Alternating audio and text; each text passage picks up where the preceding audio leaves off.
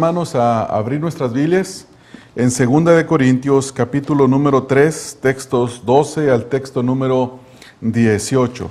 2 de Corintios, capítulo número 3, textos 12 al 18. Y el tema que vamos a estar estudiando, hermanos, es santificación, la marca del maestro y verdadero cristiano. Voy a volver a repetirlo.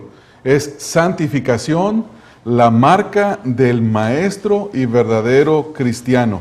Y este mensaje está basado en 2 de Corintios 3, 12 al 18.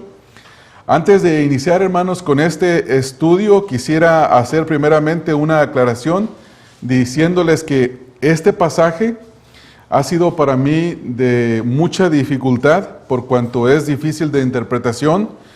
Y en esta noche no quisiera pretender delante de ustedes que lo entiendo el pasaje así a tanta claridad y que lo que voy a comunicar es exactamente todo lo que el pasaje dice.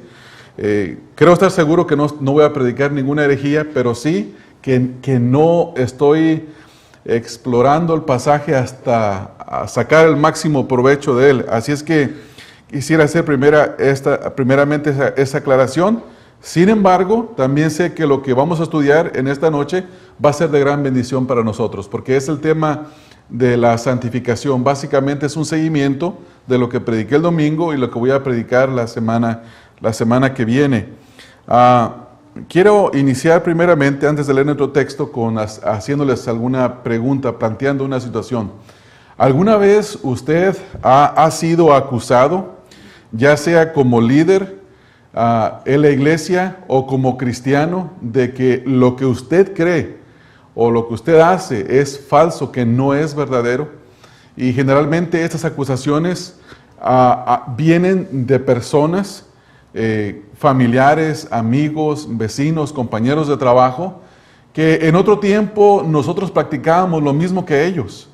Practicábamos la misma religión y vivíamos de la misma manera en la que ellos vivían. Y ahora que el Señor Jesucristo nos ha salvado, nos ha regenerado y ha hecho en nuestras vidas una transformación que ha dado comienzo y poco a poco va creciendo, como dice el apóstol Pedro, a ellos les parece cosa extraña que nosotros ya no corramos con ellos. Y ellos utilizan todo tipo de acusaciones. Yo recuerdo que una tía mía me dijo que la religión bautista era una religión satánica. Y eso es basado en la ignorancia, ¿no? Pero cuando vienen este tipo de acusaciones a nuestras vidas, lo único que nosotros tenemos para mostrar o para probar que lo que nosotros creemos, que la persona que nosotros seguimos, nuestro Señor Jesucristo, es verdadero, es la obra de la santificación de Dios en nuestras vidas. Que nuestra vida ya no es la misma que era al principio, cuando vinimos al conocimiento de Cristo. Que vamos siendo poco a poco transformados de tal manera en la que estamos viniendo a ser como aquel que nosotros adoramos. Y eso es el verdadero cristianismo. Llegar a ser como aquel que nosotros adoramos, es decir, el Señor Jesucristo. Entonces, tal vez algunos de ustedes ya han pasado por esta situación, ¿verdad? Bueno, cuando nosotros pasamos por ella, como ya lo dije, lo voy a volver a repetir, lo único que nos queda es mostrar la vida santificada que el Señor está haciendo en nosotros. Esa es la verdadera prueba de un ministro. Si un pastor es un verdadero pastor, un verdadero ministro, la prueba de su pastorado es que aquellos a quienes les está predicando o aquellos a quienes él enseña, sus vidas están siendo transformadas. Si sus vidas no están siendo transformadas, su ministerio es un ministerio falso. Porque el mensaje que él predica, que él comunica, no tiene poder para transformar las vidas de las personas. Entonces, esa es la prueba. Y si es uno un verdadero cristiano, la mejor evidencia es que mi vida está siendo transformada por el poder de Dios, ¿verdad? Entonces, ese es el tema que nosotros vamos a estar estudiando. Es una pequeña ilustración de una situación. Lo que nosotros vamos a hacer el día de hoy, mi propósito al enseñar esta porción de la Escritura, es que cada uno de nosotros pueda llegar a autoexaminarse a través del estudio y darse cuenta si su vida está siendo transformada y la forma en la que está siendo transformada por el poder renovador del Espíritu Santo. Esta transformación, la cual tuvo comienzo en el momento que nosotros fuimos justificados, en el momento que nosotros fuimos salvados, comenzó el Señor la obra y cómo la sigue perfeccionando hasta el día de hoy. Y para esto nosotros vamos a aprender a través de este estudio en 3 puntos que vamos a estar viendo, comenzando en el texto número 12, el primer punto, y es que vivimos en plena confianza por la obra que inició siendo permanente y verdadera.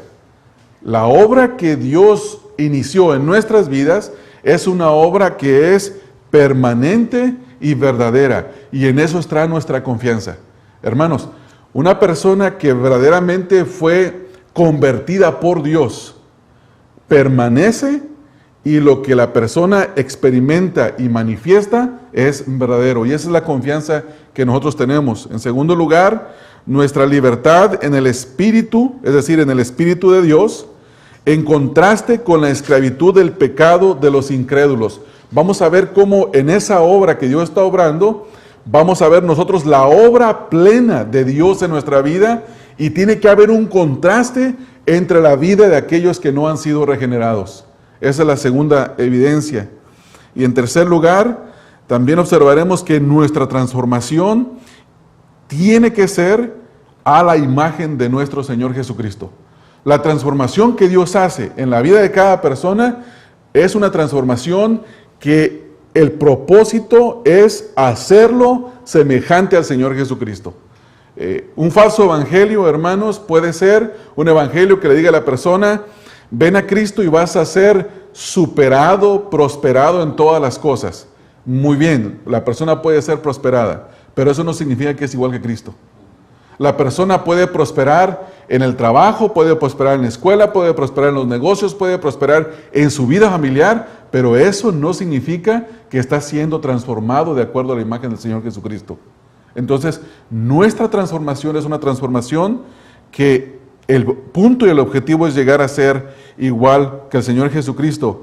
Y mi esperanza, hermanos, es que al terminar ese estudio, nosotros podamos tener confianza en la esperanza de la obra que tuvo inicio por el Espíritu de Dios al perdonar nuestros pecados y justificarnos, siguiendo siendo transformados día a día a la obra del Señor Jesucristo. Eso es con lo que yo quiero que salgamos de acá, hermanos. Que Dios comenzó la obra en nosotros, nos perdonó, nos justificó, y que tenemos una confianza firme de que el Espíritu sigue obrando cada día, poco a poco en nuestra vida, y que el objetivo final es ser transformados conforme a la imagen del Señor Jesucristo. Antes de estudiar este pasaje, nosotros necesitamos de ir al contexto. ¿Cuál es el contexto en el que se escribió este pasaje? Primeramente leámoslo para poder entender un poco. Texto 12 dice, en el capítulo 3, así que teniendo tal esperanza, usamos de mucha franqueza, y no como Moisés, que ponía un velo sobre su rostro para que los hijos de Israel no fijaran la vista en el fin de aquello que había de ser abolido. Pero el entendimiento de ellos se embotó, porque hasta el día de hoy, cuando leen el antiguo pacto, les queda el mismo velo no descubierto, el cual por Cristo es quitado. Y aún hasta el día de hoy, cuando se lee a Moisés, el velo está puesto sobre el corazón de ellos. Pero cuando se conviertan al Señor, el velo se quitará, porque el Señor es el Espíritu, y donde está el Espíritu del Señor, allí hay libertad. Y ahora, este es el texto clave en el que vamos a tomar un poco más de tiempo. Dice el texto 18, por tanto, nosotros todos, esta palabra es clave, nosotros todos, mirando a cara descubierta, como en un espejo la gloria del Señor, escuche esto, somos transformados de gloria en gloria en la misma imagen, es decir, en la imagen de Cristo, como por el Espíritu del Señor. Primeramente, hermanos, permítanme hablarles un poco acerca del contexto de esta carta y específicamente del pasaje que nosotros estamos estudiando en este día. En el contexto de este pasaje, el apóstol Pablo defiende su apostolado. Toda la segunda carta del apóstol Pablo a los Corintios es para presentar una defensa a una falsa acusación de sus enemigos en Corinto, que decían que Pablo era un apóstol falso, que no era un apóstol verdadero. Entonces le hacían estas acusaciones y el apóstol Pablo presenta una defensa de que la marca de que él es un verdadero apóstol está en la santificación y la vida de los corintios. Estos falsos maestros habían invadido la iglesia de Corinto, los enemigos de Pablo, y haciendo las falsas acusaciones a Pablo, habían envenenado ya hasta cierto punto la mente de los corintios. Entonces el apóstol Pablo, para defender su apostolado y para ayudar hasta cierto punto a los corintios, les dice: si mi apostolado fuera falso, sus vidas no estarían siendo transformadas y santificadas. Entonces, la base de este pasaje es que el apóstol dice: mi ministerio, mi apostolado es verdadero porque lo que está ocurriendo en ustedes es la prueba de que yo vengo de parte de Dios, que soy un apóstol de Dios, que soy un ministro de Dios. Y por eso vamos a entender un poquito más acerca del lenguaje. Mire, si vemos desde el capítulo 3, el principio, encontramos una serie de preguntas en el texto número 1, capítulo 3, texto 1. Dice: ¿comenzamos otra vez a recomendarnos a nosotros mismos? Dice Pablo, dice, nosotros tenemos necesidad de recomendarnos a nosotros ante ustedes. Y luego dice, sigue diciendo: ¿o tenemos necesidad, como algunos, de cartas de recomendación para vosotros, o de recomendación de vosotros? Y luego dice, él da la respuesta, dice: nuestras cartas sois vosotros, escritas en nuestros corazones, conocidas y leídas por todos los hombres, siendo manifiesto que sois carta de Cristo, expedida por nosotros, escrita no con tinta, sino con el Espíritu del Dios vivo, no en tablas de piedra, sino en tablas de carne del corazón. Lo que el apóstol Pablo está diciendo aquí es que la prueba de que ellos son verdaderos ministros y que no ocupan ninguna recomendación era que al haberles predicado el apóstol a los corintios el evangelio, Dios había obrado en los corintios y había transformado sus vidas. Había quitado el velo del corazón, habían creído en el Señor Jesucristo y era notable en sus vidas la transformación, la santificación. Y saben, hermanos, haciendo un pequeño paréntesis aquí, esto es algo que nosotros debemos de considerar. La primera cosa, ¿es esta iglesia conocida por lo bonito que es el templo, o por el número de personas que tiene, o porque la vida de los individuos que componen esta congregación está siendo transformada por Dios? Es evidente ante el mundo y ante nosotros que nuestra vida está siendo transformada. Esa es una pregunta que nosotros nos debemos de hacer. Es una pregunta legítima, es una pregunta necesaria. Y lo que el apóstol Pablo está diciendo aquí es exactamente esto. Dice, nuestras cartas, texto 2, sois vosotros, escritas en nuestros corazones, conocidas y leídas por ¿quiénes, hermanos? Por todos los hombres. Es decir, que todas las personas que conocían a los corintios de esta congregación decían, a esa gente algo le pasó.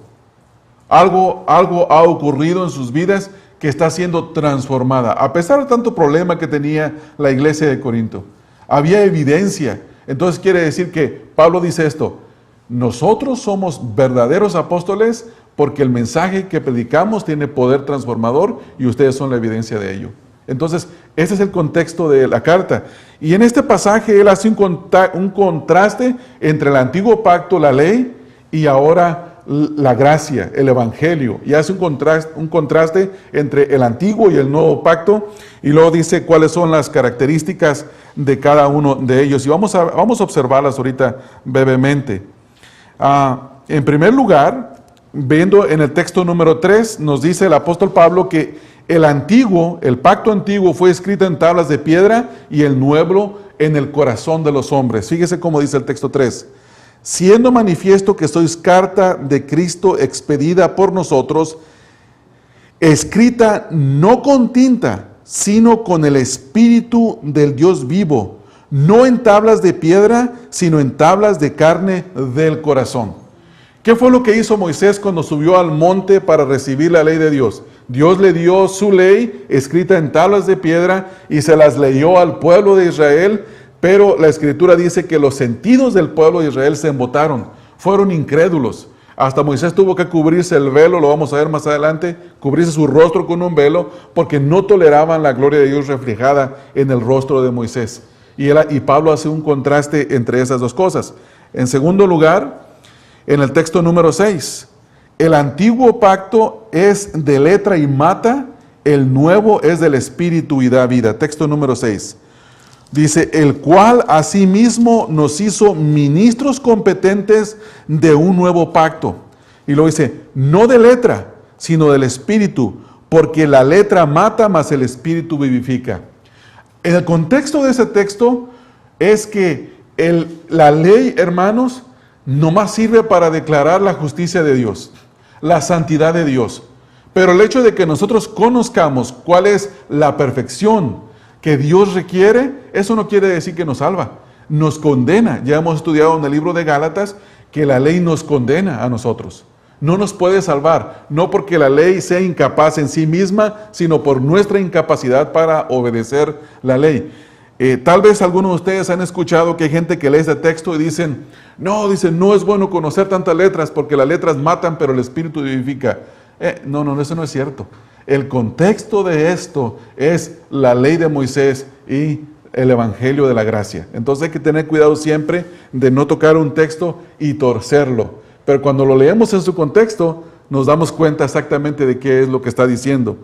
En tercer lugar, texto número 7 y también el texto número 9, la primera parte de los dos textos, nos dice que el antiguo pacto fue ministerio de muerte y de condenación. Texto número 7.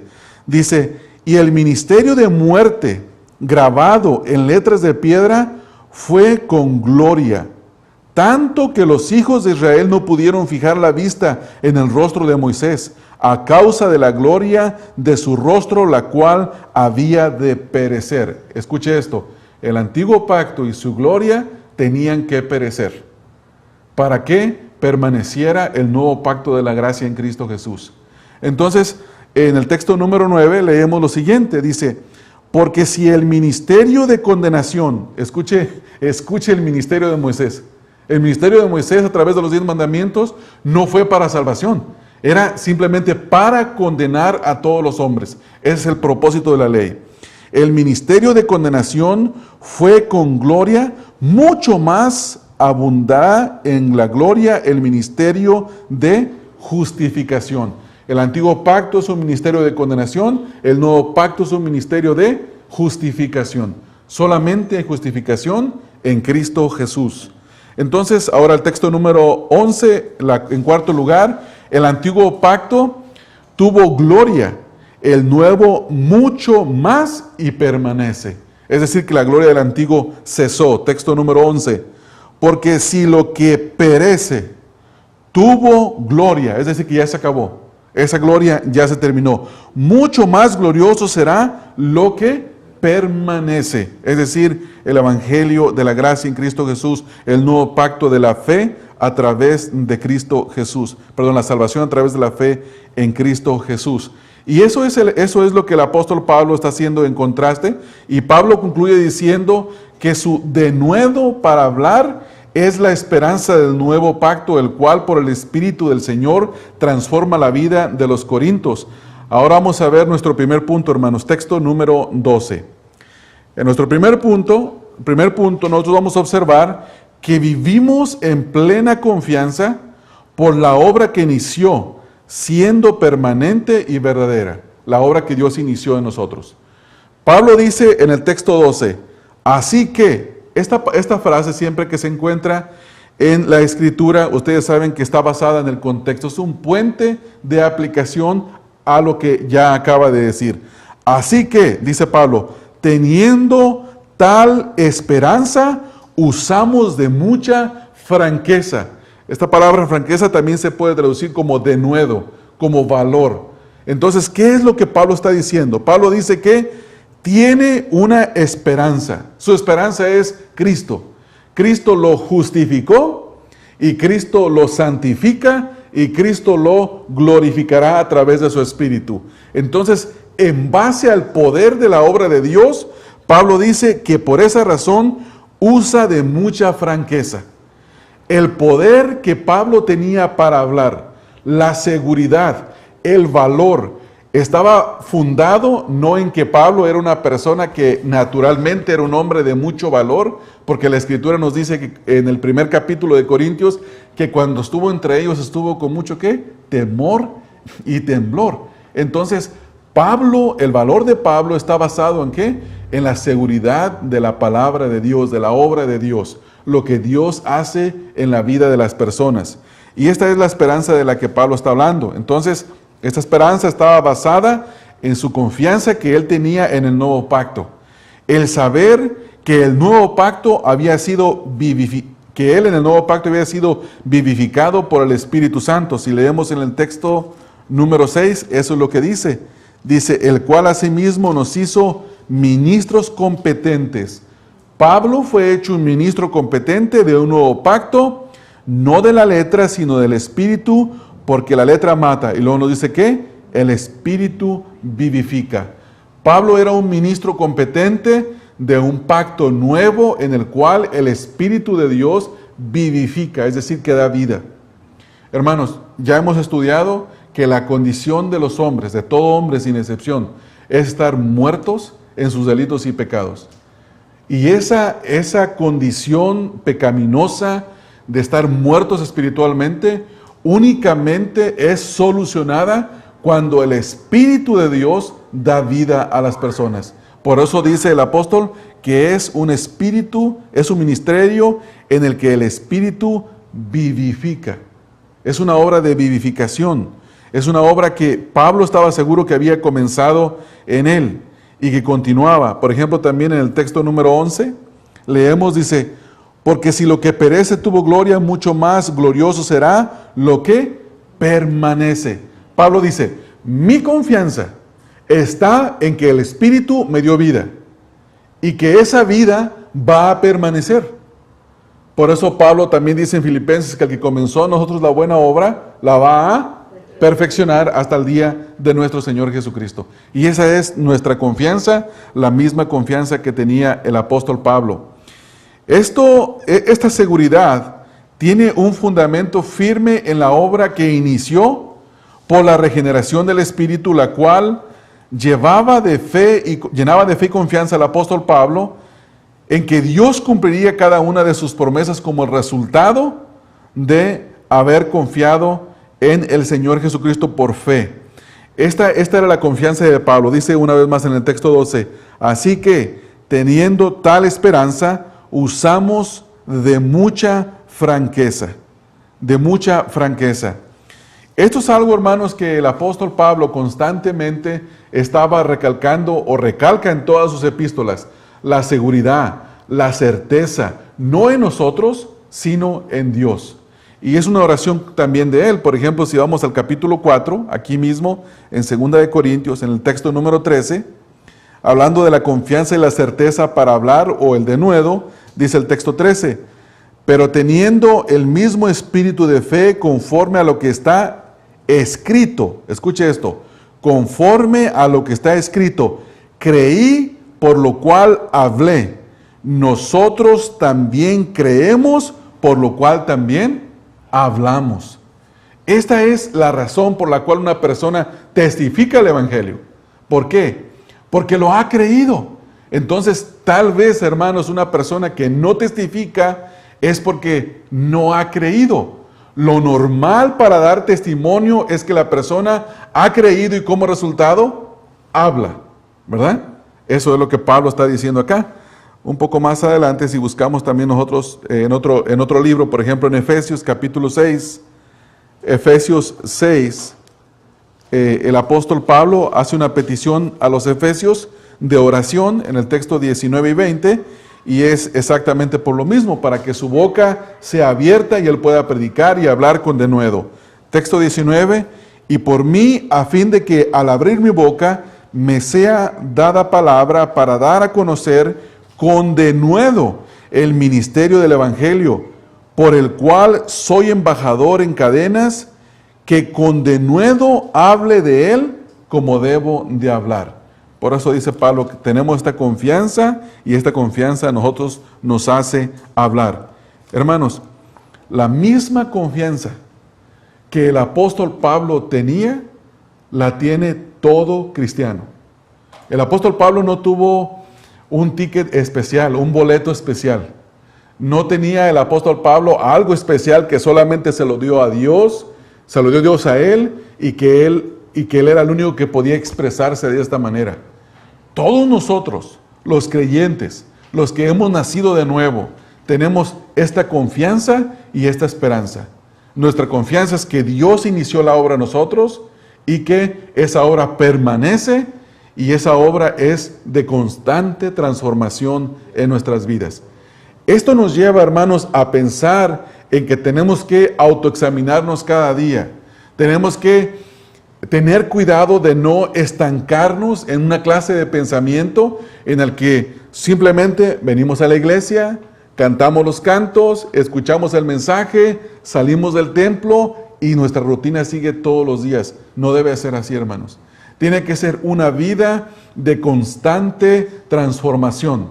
Estar seguros, hermanos, de que el Señor nos está transformando.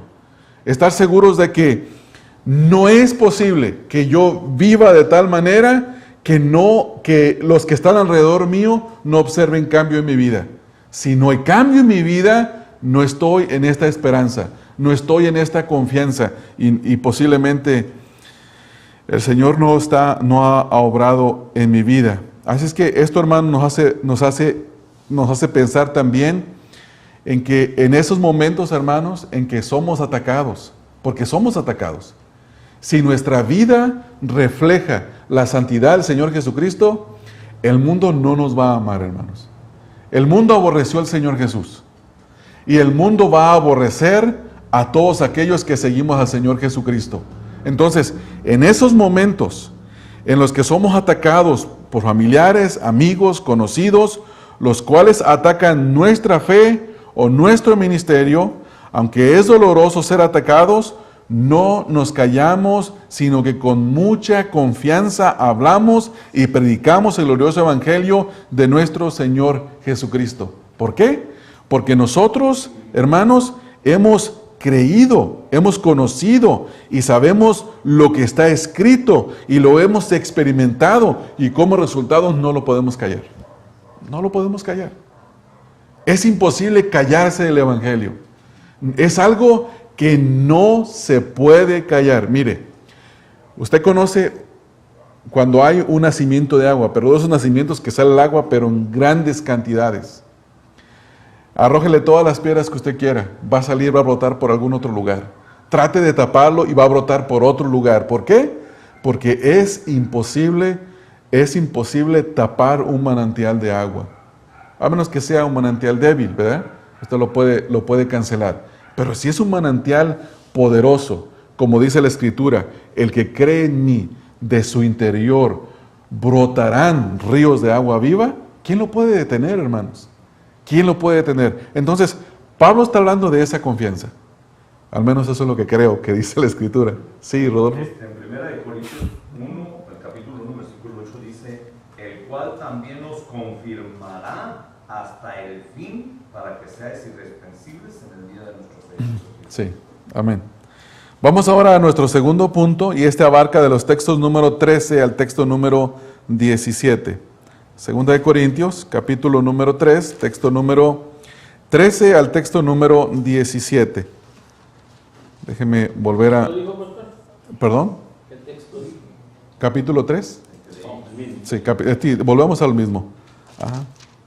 Al capítulo 3, hermanos, el texto número 13 al texto número 17. Nuestro segundo punto es nuestra libertad en el Espíritu en contraste con la esclavitud al pecado de los incrédulos.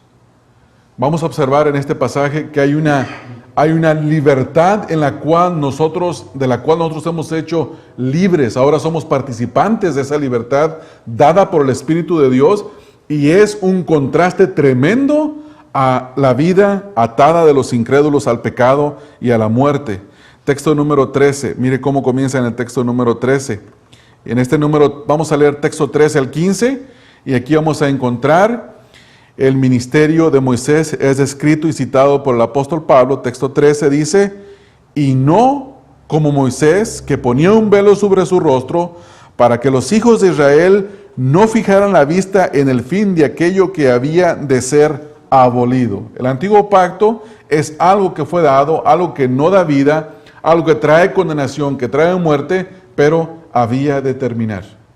Eso iba a desaparecer porque el nuevo pacto iba a tomar lugar. En este versículo 13, el apóstol Pablo relata la historia de lo que sucedió con Moisés y el pueblo de Israel cuando bajó del monte Sinaí después de haber recibido la ley la segunda vez. Se recuerdan, ¿verdad? Porque primero la recibe una vez y luego baja y el pueblo está en una total perdición, quiebra las tablas y después Dios le vuelve a dar otra vez los mandamientos, la ley de Dios. Cuando Moisés bajó del monte Sinaí después de haber recibido la ley por segunda vez, su rostro desplandecía con la gloria de Dios. ¿Qué pasó? Aquí, en este pasaje, nosotros encontramos un principio, hermanos. El principio está específicamente dado en el texto 18, pero se repite. Aunque cesó en el Antiguo Testamento, se repite. Y el principio es el siguiente: nosotros llegamos a ser igual que el objeto de nuestra adoración.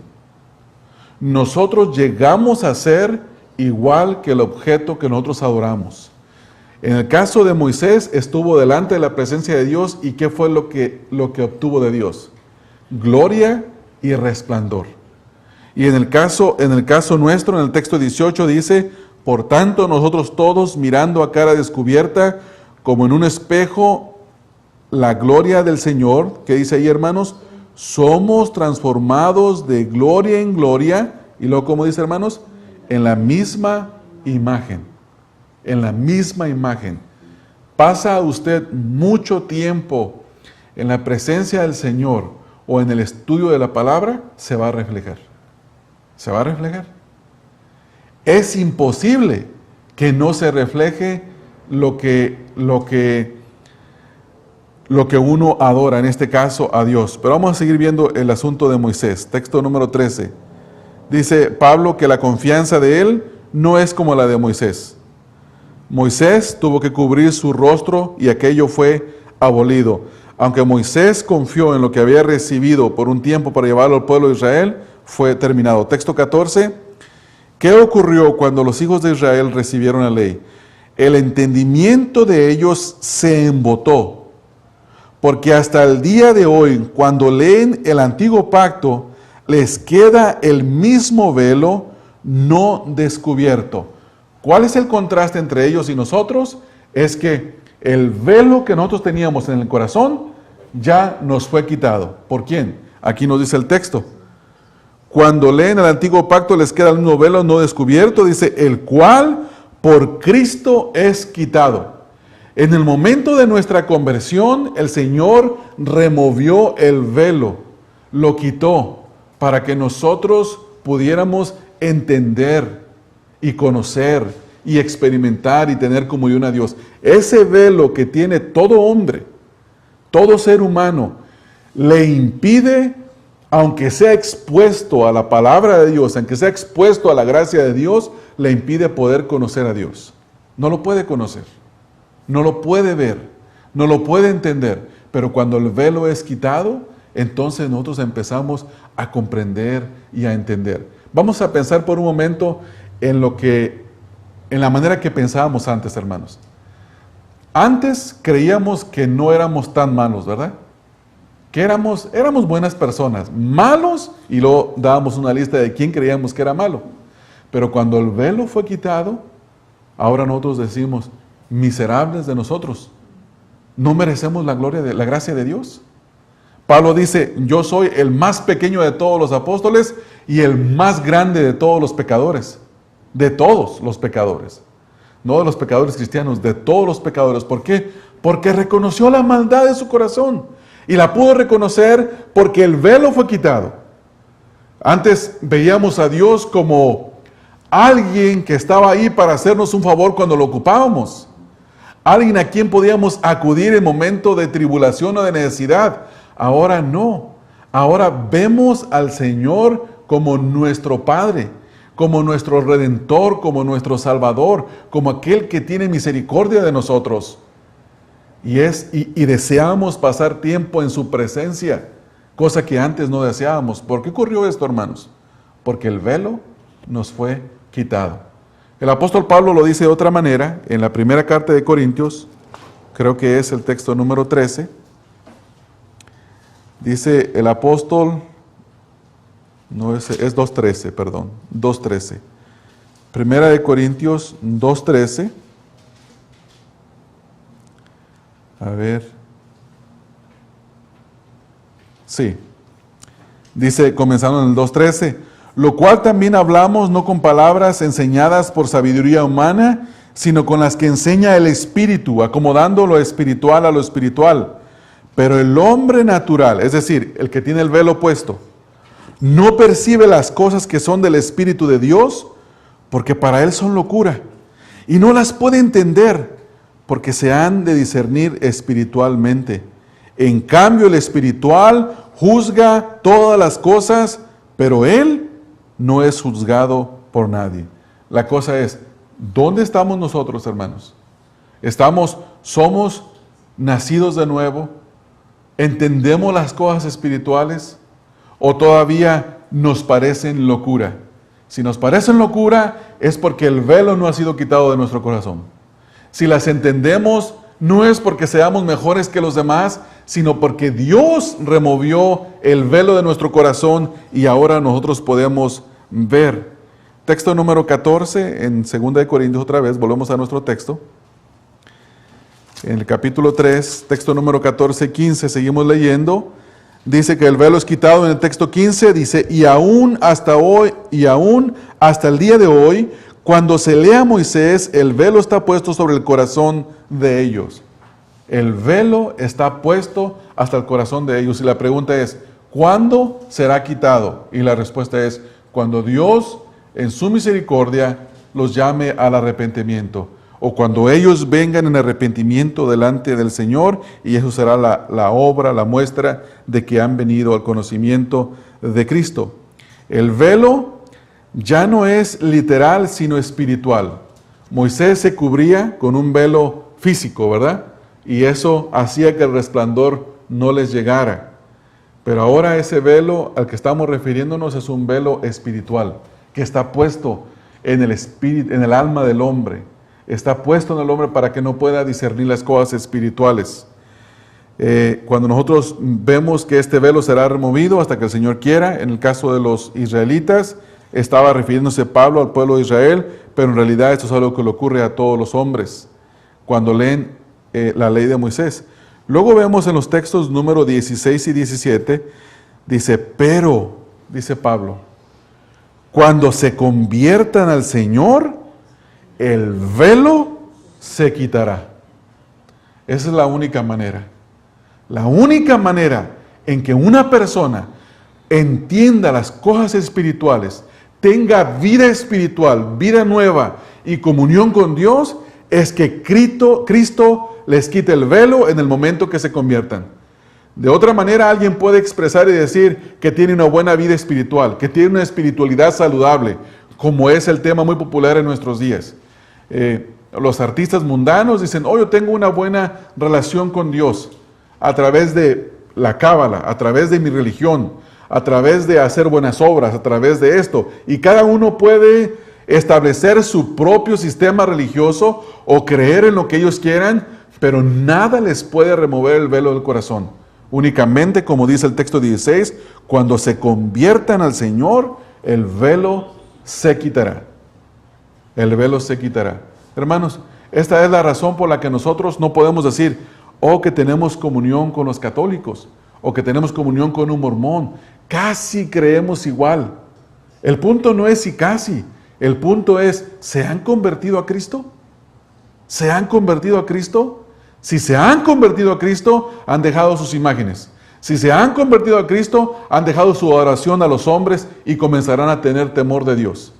Ese casi es lo mismo que nada. O hay conversión o no hay conversión. De otra manera, el velo no se removerá. Texto número 16 al 17. Nosotros observamos, hermanos, en el texto número 17, porque el 16 ya lo leímos, observamos que dice el apóstol, dice, porque el Señor es el Espíritu. Y donde está el Espíritu del Señor, ¿qué es lo que ocurre, hermanos? Donde el Espíritu de Dios ha llegado, donde ha quitado el velo, ahí hay libertad. Esa es la verdadera libertad. De otra manera, las personas están encarceladas en tinieblas espirituales. Pero cuando el Espíritu del Señor llega y remueve ese velo, entonces la persona viene a la libertad verdadera en Cristo Jesús. Y por último, nuestro tercer punto, hermanos, es que nuestra transformación por el Espíritu, nuestra transformación es por el Espíritu de Dios a la imagen de Cristo. Ese es el objetivo. Texto 18. Hay dos palabras igualmente que el texto 12. En el texto 12, así que, en base a lo que dijo, y en el texto 18 dice, por tanto, una transición. Esta es la aplicación de todo lo que el apóstol Pablo ha dicho. La aplicación es la siguiente, por tanto, nosotros todos, no nada más él, no nada más algunos, en este caso todos los corintios, dice el apóstol Pablo, todos los corintios, nosotros todos, miramos o mirando a cara descubierta como un espejo la gloria del Señor. Ese velo que el Señor nos ha quitado, ahora nos permite mirar con la cara descubierta la gloria de Dios. ¿Dónde vemos la gloria de Dios, hermanos? En las Escrituras, en la obra del Señor Jesucristo. Por eso dice el apóstol Juan, y nosotros vimos su gloria, gloria como del unigénito del Padre, lleno de gracia y de verdad, refiriéndose a Cristo en el capítulo 1 de Juan. Ahora vemos, hermanos, antes no veíamos.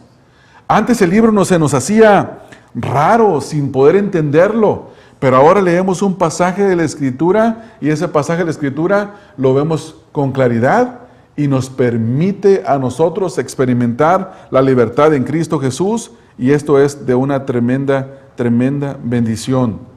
La primera cosa que observamos en este texto es la siguiente: todo verdadero cristiano ve la gloria de Dios a cara descubierta, por lo tanto, experimenta la transformación. Si no hay transformación en la vida de una persona, es que tiene el velo puesto y no puede ver a cara descubierta. El texto es lo que dice. Mire, vamos a ver el texto otra vez. Por tanto, nosotros todos, mirando a cara descubierta, como en un espejo, la gloria del Señor, y aquí viene, primero es lo que nosotros hacemos. En primer lugar, la afirmación de que esto le ocurre a todo cristiano, nosotros todos. En segundo lugar, lo que nosotros hacemos como resultado de que el velo se nos quitó. Miramos la gloria de Dios. Y en tercer lugar, lo que el Espíritu de Dios hace. Esto es lo que el Espíritu del Señor hace. Somos transformados de gloria en gloria, y luego nos dice y nos explica qué clase de transformación experimentamos. ¿Cuál es la transformación, hermanos? Que somos transformados de gloria en gloria a la imagen ¿de quién? De Cristo. De Cristo. Aquí está el principio que les mencioné hace rato. El principio es que nosotros venimos a ser como el objeto que nosotros adoramos. Venimos a ser como el objeto de nuestra adoración. Este principio está dado en el Salmo 115. Si ustedes van conmigo al Salmo 115, el Salmo que habla de los ídolos, ustedes creo que lo van a recordar, Salmo 115, ya lo hemos leído en otras ocasiones. Se encuentra el mismo principio aquí en cuanto a la idolatría y en cuanto a los idólatras. Salmo 115, no a nosotros, oh Jehová, no a nosotros, sino a tu nombre da gloria por tu misericordia, por tu verdad. ¿Por qué han de decir las gentes, dónde está ahora su Dios? Y luego dice, nuestro Dios está en los cielos. Todo lo que quiso ha hecho. Escuche esto. Todo lo que Dios quiere hacer, Dios lo hace. Ahora, en oposición, ¿qué es lo que hacen los ídolos? Los ídolos son impotentes. No pueden hacer nada. Los ídolos no pueden hacer nada. Dice, todo lo que Dios quiso ha hecho. Los ídolos de ellos son plata y oro, obra de manos de hombres. Tienen boca, mas no hablan. Tienen ojos, mas no ven. Orejas tienen, mas no oyen. Tienen narices, mas no huelen. Manos tienen, mas no palpan. Tienen pies, mas no andan. No hablan con su garganta. Y luego escuche en el texto número 8, el mismo principio. ¿Qué le ocurrió a los que adoran los ídolos, hermanos? Son semejantes a ellos. Eso es el principio que estamos viendo. Semejantes a ellos son los que los hacen, y cualquiera que confía en ellos. ¿Cuál es la semejanza? Están muertos. Su semejanza es estar muertos en sus delitos y pecados, con el velo puesto en el corazón sin poder ver, sin poder ser transformados, sin poder contemplar la gloria de Dios. Y Pablo dice, en contraste a esto, así que, por tanto, nosotros todos miramos a cara descubierta, como por un espejo, la gloria de Dios, y somos transformados de gloria en gloria. ¿A qué, hermanos? A la misma imagen, a la imagen del Señor Jesucristo. Esto es lo que le ocurre a todo cristiano. Esta es la defensa de todo cristiano. La defensa no es si su iglesia está grande. La defensa no es si la iglesia tiene muchos miembros. La defensa no es si la iglesia toca música bonita. La defensa no es si el templo es más bonito de la religión a la que tú vas que a la religión a la que te están criticando. Esa no es tu defensa. Tu defensa es que estás siendo transformado conforme a la imagen de Cristo, y ellos no lo pueden negar. Esa es nuestra defensa, hermanos. Y eso es lo que Pablo está diciendo. Eso es lo que Pablo está diciendo. Dice, nosotros todos, mirando a cara descubierta como en un espejo la gloria del Señor, somos transformados de gloria en gloria a la misma imagen. Y luego nos dice, ¿quién es el agente de la transformación? ¿Quién nos transforma, hermanos? ¿Cómo? Por el Espíritu del Señor. Es el Espíritu Santo el que transforma nuestras vidas cuando nosotros miramos a cara descubierta la gloria del Señor que se refleja en su palabra. Porque dice la Escritura que la santificación viene por la verdad, a través de la verdad, y la palabra de Dios es la verdad. Y ahí es donde el Espíritu nos santifica, en la palabra del Señor. Y eso es lo que estamos haciendo nosotros en esta noche, siendo santificados por la palabra de Dios.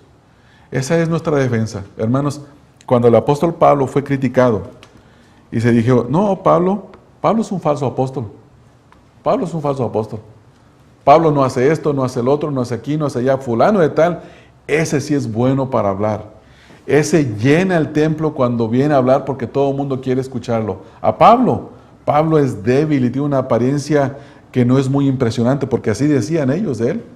Dice, es torpe para hablar, tiene miedo y tiene una mala presencia.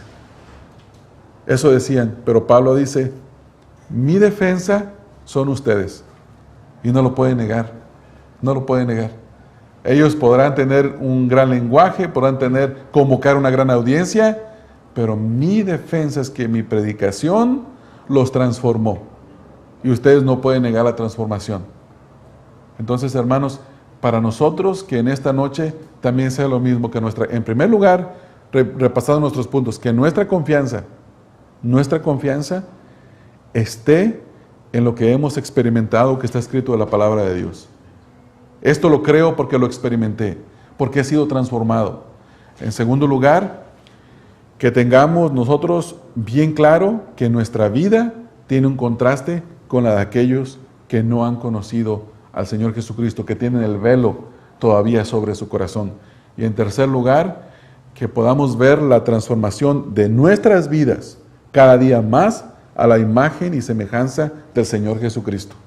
Esa es la única defensa que nosotros tenemos. No tenemos ninguna otra, hermanos.